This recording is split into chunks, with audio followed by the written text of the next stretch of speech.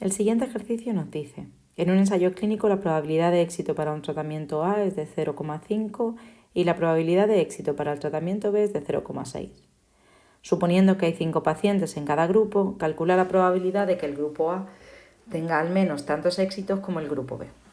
Como digo siempre cuando vamos a resolver un ejercicio, lo importante aquí es identificar correctamente cuáles son las variables con las que estamos trabajando.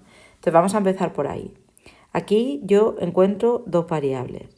XA, que vendría a ser el número de pacientes que se curan, vamos a decir el número de éxitos en el grupo A. Y luego tenemos XP, que sería lo mismo, pero para el grupo B. Vale, eso sería la definición de nuestras variables. Y ahora, ¿qué es lo que nos están preguntando? Pues si vamos al ejercicio, dice, calcula la probabilidad de que el grupo A tenga al menos tantos éxitos como el grupo B. ¿Vale? Tantos éxitos como el grupo B. Eso es lo que nos están preguntando. Vale, ¿cómo traduzco yo eso en términos de probabilidad? Pues tenemos que lo que queremos saber es si la probabilidad de XA,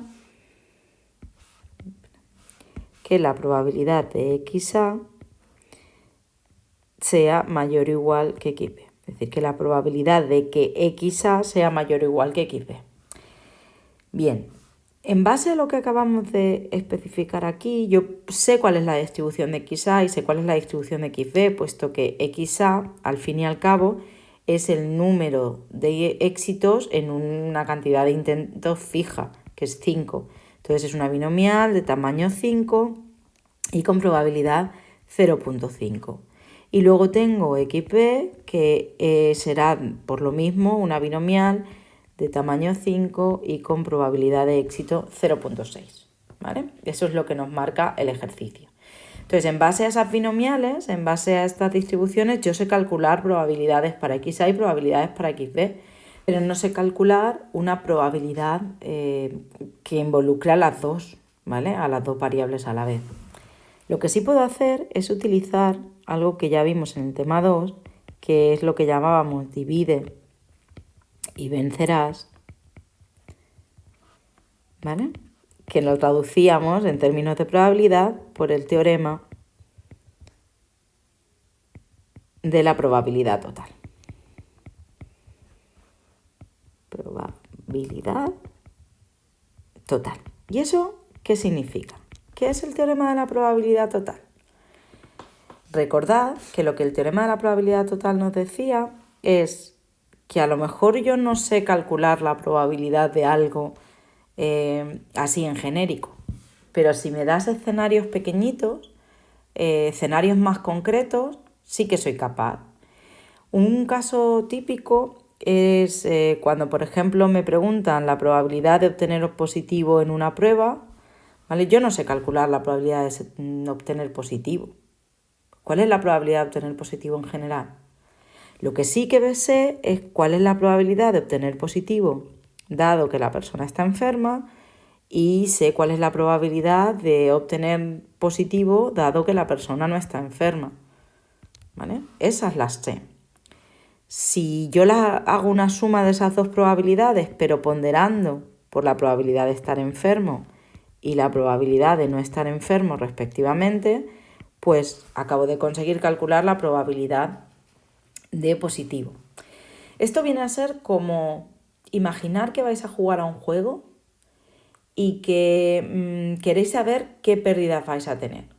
Claro, así en general las pérdidas no las podéis calcular, pero si pensáis en todos los casos que pueden pasar y cuánto vais a perder en cada caso o cuánto vais a ganar en cada caso, pues al final podéis hacer una ponderación de todas las pérdidas y todas las ganancias. Y esa ponderación viene dada por los pesos de cuánto de probable es cada cosa. ¿Vale? Y eso es justo lo que estamos haciendo. En el fondo yo estoy calculando la probabilidad de positivo teniendo en cuenta el peso que tiene positivo en el caso de enfermo, el peso que tiene positivo en el caso de no enfermo y la probabilidad que hay de estar enfermo y de no estar enfermo respectivamente. ¿vale? Bien, ¿y eso cómo se aplica a lo que al ejercicio que nosotros tenemos que resolver? Pues sencillo. Yo tengo que calcular la probabilidad de que XA sea mayor o igual que XB. Yo eso no sé calcularlo. Pero sí que sé calcular cuál es la probabilidad de que XA sea mayor o igual que XB, dado que XB vale 0. ¿Verdad que sí? Porque para calcular esa probabilidad es que en realidad lo único que tengo que hacer es la probabilidad de que XA sea mayor o igual que 0. ¿Vale? Y esto puedo hacerlo pues multiplicando por la probabilidad de XB igual a 0. Y puedo añadir más la probabilidad de que XA sea mayor o igual que XB para XB igual a 1. Que esa va a ser ni más ni menos que la probabilidad de que XA sea mayor o igual que 1. Y eso lo puedo multiplicar por la probabilidad de que XB sea igual a 1. Y así continuaríamos hasta el último valor, que es la probabilidad de que XA sea mayor o igual que el último valor de B posible, que es 5, dado que XB es,